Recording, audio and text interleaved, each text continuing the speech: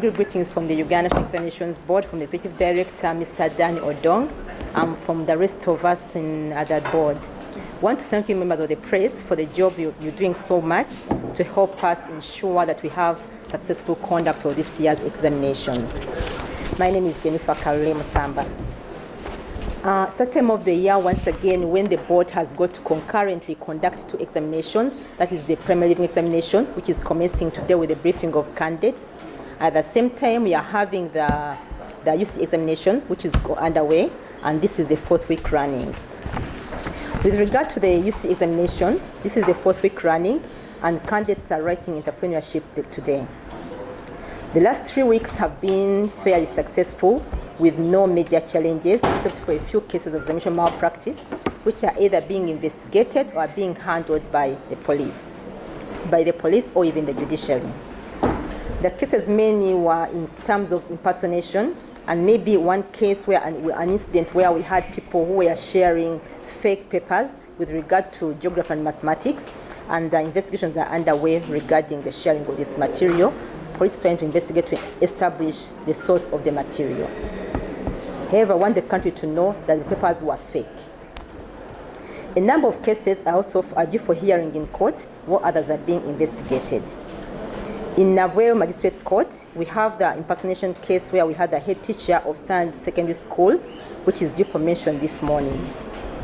And in Kalule, we had on Friday the director of Mustard Seed Secondary School, Busota, and the director of studies of the same school, who were remanded to Kalule Government Prison last Friday for allegedly abetting and aiding malpractice with regard to impersonation for the papers of UCE, Geography, and Mathematics. The ruling for their bail application is due for hearing today at the same court in Kalule. Now, with regard to PLE, Primary Leaving Examination, today is the first day on the timetable officially, and the candidates are due for briefing at the centers. This is done by the head teachers for every center. The head teachers of the schools are encouraged to take this as a serious activity, because we realize that malpractice usually stems out when the candidates are not effectively briefed.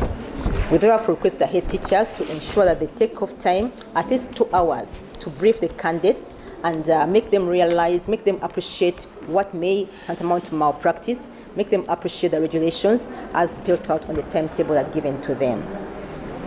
We have a total of 832 candidates, 810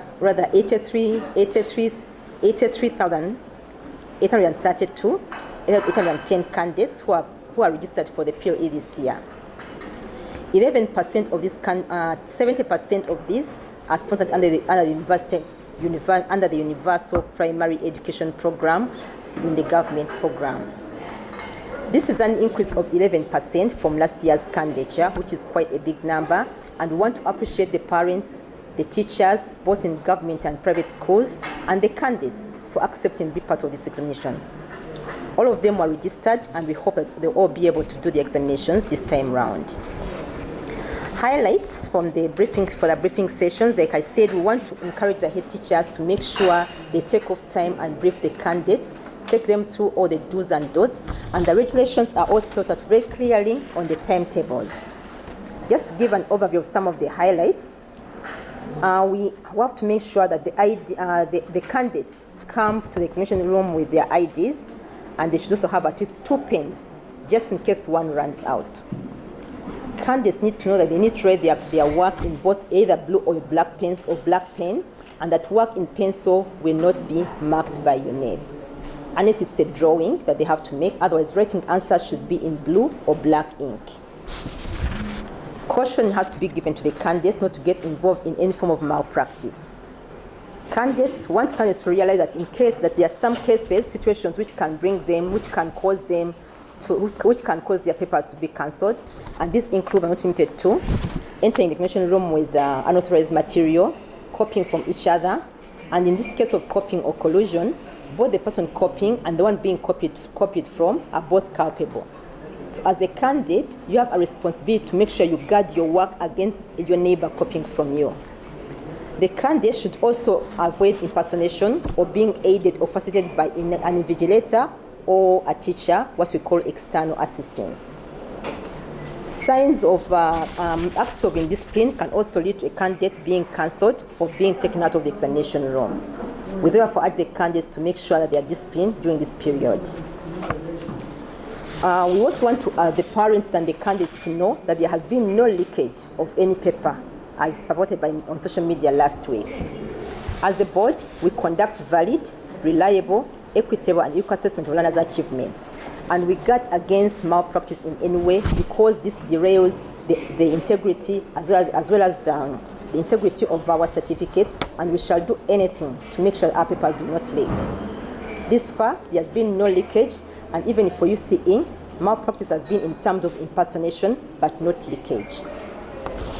We also want to assure the candidates that they want to inform the candidates that they need to ensure that they are by the examination room 30 minutes before the paper begins. We shall give them an extra 15 minutes in case a candidate is late. So like for the morning paper, if they're supposed to be there by 9 o'clock and for some reason they are late, they should not go beyond 15 minutes after the paper has started. So the parents who have taken candidates to school want to ask them to please make sure you are in time so your candidate is not ruled out of the examination room. The candidates should be seated at least 20 minutes before the paper begins. That's after being checked by the invigilators.